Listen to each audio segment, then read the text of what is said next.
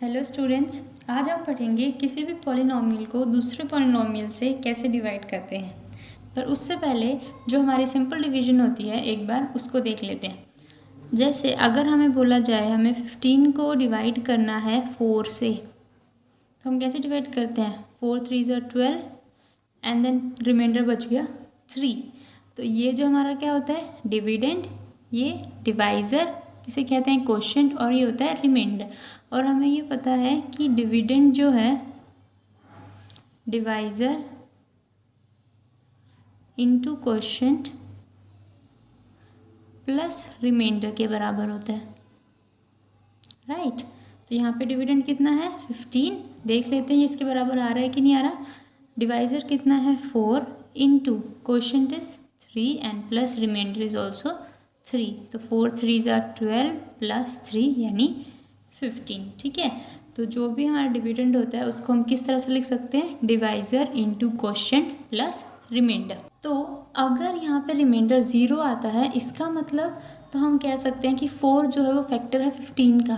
पर यहाँ पे रिमाइंडर 0 नहीं आ रहा, इसीलिए हम कहेंगे 4 फैक्टर नहीं है 15 का।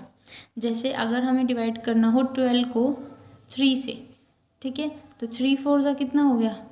12, मतलब रिमाइंडर क्या आ गया? 0। जब रिमाइंडर 0 आ जाए इसका मतलब 3 क्या है? फैक्टर है 12 का, या ये कह सकते हैं कि 12 जो है वो मल्टीपल है 3 का। ठीक है, इसमें भी देखो डिविडेंड अगर लिखें तो 12 इज इक्वल टू डिवाइज़र जो कि है 3 इंटू कोशेंट जो कि 4 प्लस रिमाइंडर जो कि है 0। तो ये भी 12 के बराबर आ रहा है। ठीक है, तो इसमें मैंने आपको बताया कि 3 को कहेंगे कि 3 जो है वो फैक्टर है 12 का।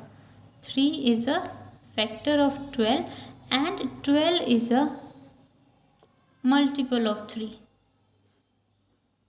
ठीक है, 3 को कहते हैं कि इसका फैक्टर है एंड 12 जो है वो इसका मल्टीपल है।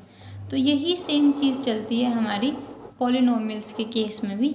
यही इसी को हम लोग जिसको डिवाइड करना होता है उसे डिविडेंड कहते हैं, जिससे डिवाइड करना है वो डिवाइज़र, जिस पर डिवाइड होता है वो कोशेंट, और जो लास्ट में बचता है वो रिमाइंडर।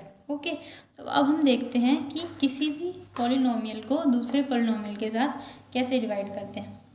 एक एग्जांपल लेते हैं। सपोज हमें बोला है एक पॉलिनोमियल हमारे पास px है जो कि दे रखी है x प्लस 3x² माइनस 1, और दूसरी पॉलिनोमियल है gx जो कि दे रखी है x प्लस 1। हमें बोला है कि px को gx से डिवाइड करवाना है। ठीक है, अब देखो इसमें कैसे करते हैं। सेम px को डिवाइड करवाना है, मतलब ये आएगी अंदर। पर इससे पहले अब इसको स्टैंडर्ड फॉर्म में लिखेंगे। स्टैंडर्ड फॉर्म क्या होती है हमारी? ax² plus bx plus c की, मतलब पहले बड़ी वाली पावर की टर्म, फिर उससे छोटी, फिर उससे छोटी। तो यहाँ पे हाईएस्ट डिग्री कितनी है? 2। तो पहले x का स्क्वायर, फिर x, फिर x की पावर 0 वाली, या जिसमें जो कांस्टेंट टर्म है। तो जब इसको इस तरह से लिखेंगे तो px क्या हो जाएगा? 3x का स्क्वायर प्लस x माइनस 1। ठीक है, अब यहाँ पे ये लिखेंगे हम 3x का स्क्वायर प्लस x माइनस 1, और इसको किससे डिवाइड करना है? x प्लस 1 से। अब हम इसको डिवाइड करते हैं। अब ये देखो इसको डिवाइड करना कैसे है। इसमें जो ये x है वो हमें 3x² बनाना है। x को इस पहली वाली टर्म के बराबर बनाना है। अब देखो आप x के साथ ऐसा क्या मल्टीप्लाई करें कि 3x² बन जाए। जब आप x को 3x के साथ मल्टीप्लाई करेंगे तो आपका 3x² बन जाएगा ना। तो यहाँ पे आपका क्वेश्चन क्या आएगा? 3x। x को किसके साथ मल्टीप्लाई किया? 3x के साथ, जिससे हमारे पास क्या बन गया? 3x²। तो हमने x को जब 3x के साथ मल्टीप्लाई किया तो ये हो गया 3x²। पर क्योंकि यहाँ सिर्फ x नहीं था, 1 भी है, तो इस 1 को भी 3x के साथ मल्टीप्लाई करना पड़ेगा। और 1 इंटू 3x कितना हो जाएगा? 3x। तो वो हम इसके नीचे लिख देंगे। फिर सब्ट्रैक्ट करते हैं, तो सब्ट्रैक्ट करने में साइंस चेंज होते हैं, और ये 3x से 3x कैंसिल, ये प्लस ये माइनस। तो प्लस माइनस क्या होता है? माइनस। तो 3x में से x गया, ये बचा हमारे पास माइनस का 2x, और ये वापस हमारे पास सेम आ जाएगा माइनस का 1। ओके, नाउ अब हमें x को क्या बनाना है? -2x। जो भी यहाँ पे है उसको ये फर्स्ट वाली टर्म के सेम बनाना है। तो अब x को -2x बनाना है। x को -2x बनाने के लिए क्या करेंगे, x की मल्टीप्लाई कर देंगे -2 से, तो ये आ जाएगा -2x। तो अब यहाँ पे क्वेश्चन क्या आ जाएगा, -2। तो x को जब -2 से मल्टीप्लाई किया तो ये हो गया -2x। फिर 1 को भी करना है, तो 1 को -2 से किया तो -2।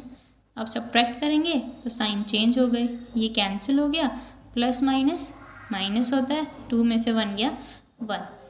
अब देखो, अब क्या x को मैं 1 बना सकती हूँ, नहीं, क्योंकि वहाँ पे x की डिग्री 1 है और यहाँ पे तो x की टर्म ही नहीं है, मतलब x की डिग्री 0 है। तो अब जो है ये और डिवाइड नहीं होगा, इसका रिमाइंडर कितना बच गया, 1 बच गया। ठीक है, तो इसको भी हम लोग dividend is equal to divisor into quotient plus remainder form में लिखेंगे। तो ये देखो, डिविडेंड हमारा क्या था, 3x² प्लस x माइनस 1 और डिवाइज़र x प्लस 1 इंटू हमारे पास क्वेश्चन कितना आया, 3x माइनस 2 और रिमाइंडर आ गया +1। ठीक है, तो इस तरह से हम किसी भी पॉलिनोमियल को डिवाइड करते हैं। मैं फिर से रिपीट कर देती हूँ एक बार आपको, जो भी यहाँ पे टर्म है उसे हमें इस फर्स्ट टर्म के बराबर बनाना है। यहाँ पे x था, हमें बनाना है 3x²।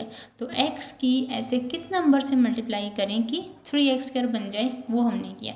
फिर ये सेकेंड नंबर भी है तो उसको भी उसी सेम नंबर से मल्टीप्लाई करवाना पड़ेगा, एंड फिर कैंसिलेशन करके आगे सेम प्रोसेस करने हैं। ओके, अब हम देखेंगे कि रिमाइंडर थ्योरम क्या होती है। रिमाइंडर थ्योरम की हेल्प से हम डायरेक्ट ही बिना डिवाइड करे पता कर सकते हैं कि हमारे पास रिमाइंडर क्या आएगा। देखते हैं रिमाइंडर थ्योरम को।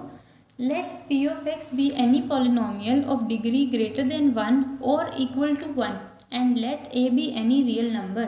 If px is divided by the linear polynomial x minus a, then the remainder is p of a। क्या कह रही है थ्योरम कि मान लो px कोई भी एक पॉलिनोमियल है जिसकी डिग्री 1 या 1 से बड़ी है, ठीक है, और a कोई भी एक रियल नंबर है। px हमारे पास कोई भी पॉलिनोमियल है जिसकी डिग्री 1 या 1 से बड़ी है और a कोई भी रियल नंबर है। अगर हम px को x माइनस a से डिवाइड करते हैं तो जो रिमाइंडर है वो कितना आएगा, वो हमारे पास pa आएगा। यही थ्योरम बोल रही है। ठीक है, अब हम इसका प्रूफ देखते हैं।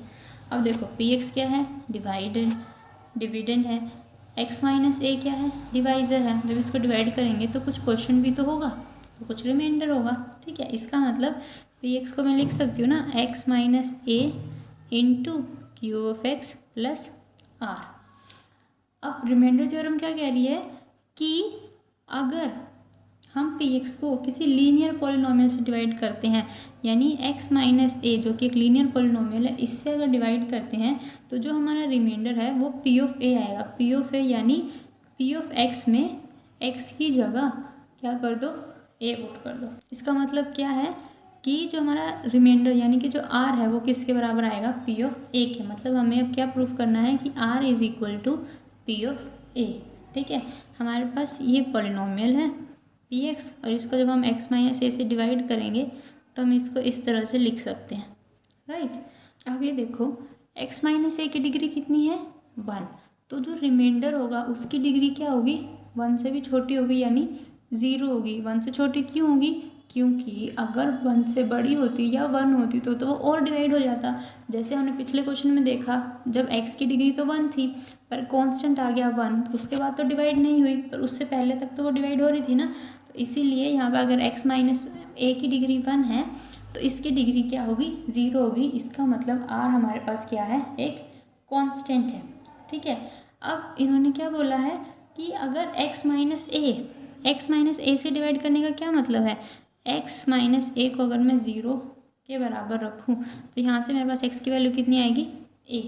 इसका मतलब अगर मैं x की जगह पे a पुट करती हूँ तो जो मेरे पास रिमाइंडर आएगा वो कितना आएगा, r आएगा। देखते हैं, x की जगह पर मैंने रखा a, यहाँ पे भी रखा a minus a into Q of a plus r। तो a माइनस a क्या हो गया, 0 into Q of a plus r।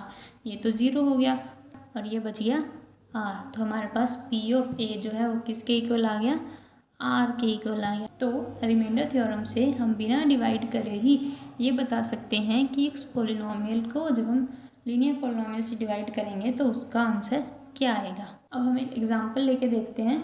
जैसे हमें बोला है x⁴ plus x³ minus 2x² plus x plus 1 को डिवाइड करना है x माइनस 1 से। तो बिना वो लॉन्ग डिवीजन किए रिमाइंडर थ्योरम से इसका आंसर चेक करते हैं। क्या बोला रिमाइंडर थ्योरम ने, अगर किसी लीनियर पॉलिनोमियल से डिवाइड कर रहे हैं तो x की जगह पे क्या पुट कर देंगे, ये क्या हमारे पास p ऑफ x है, x की जगह पर वो a पुट कर देंगे, जो a क्या है हमारे पास यहाँ पे 1 है। तो हमने रखा 1, तो 1 का पावर 4, 1 की पावर 3 माइनस 2, 1 का स्क्वायर प्लस 1 प्लस 1, 1 की पावर 4 तो 1, 1 की क्यूब भी 1 माइनस 2 प्लस 1 प्लस 1 2, ये 2 से 2 कैंसिल, आंसर क्या आ गया हमारे पास 2। यानी जब इस पॉलिनोमियल को x माइनस 1 से डिवाइड करेंगे तो रिमाइंडर कितना आएगा, 2 आएगा। इसको आप लॉन्ग डिवीजन करके चेक भी कर सकते हैं, ठीक है। तो रिमाइंडर थ्योरम की हेल्प से हमारा क्वेश्चन बहुत ईजी हो जाता है, ओके। और इस थ्योरम की हेल्प से हम डायरेक्ट ये बता सकते हैं कि कोई नंबर, कोई पॉलिनोमियल किसी दूसरे पॉलिनोमियल की फैक्टर है कि नहीं है। जैसे अगर हमें बोला जाए x³ प्लस 1 ये बताना है x प्लस 1 का मल्टीपल है या नहीं, या फिर x प्लस 1 इसका फैक्टर है या नहीं, तो क्या करेंगे, अगर ये इसका फैक्टर हुआ तो क्या होगा, रिमाइंडर 0। अगर हम देख लेते हैं इसको डिवाइड करके ये 0 आ रहा है, दैट मीन्स ये इसका फैक्टर है। अब हम बिना लॉन्ग डिवीजन करे शॉर्ट मेथड से ही करेंगे, यानी रिमाइंडर थ्योरम से ही करेंगे। रिमाइंडर थ्योरम से यहाँ पे x की वैल्यू कितनी आ रही है, -1। तो यहाँ पे जो हमारा p ऑफ x है इसमें x की वैल्यू कितनी रखेंगे, -1। तो -1 का क्यूब प्लस 1, -1 का क्यूब इज -1, ये आ गया +1। तो -1 प्लस 1 इज 0, मतलब रिमाइंडर क्या आ गया 0। इससे क्या पता चल गया हमें कि जो x प्लस 1 है वो इस पॉलिनोमियल का क्या है, फैक्टर है, ठीक है।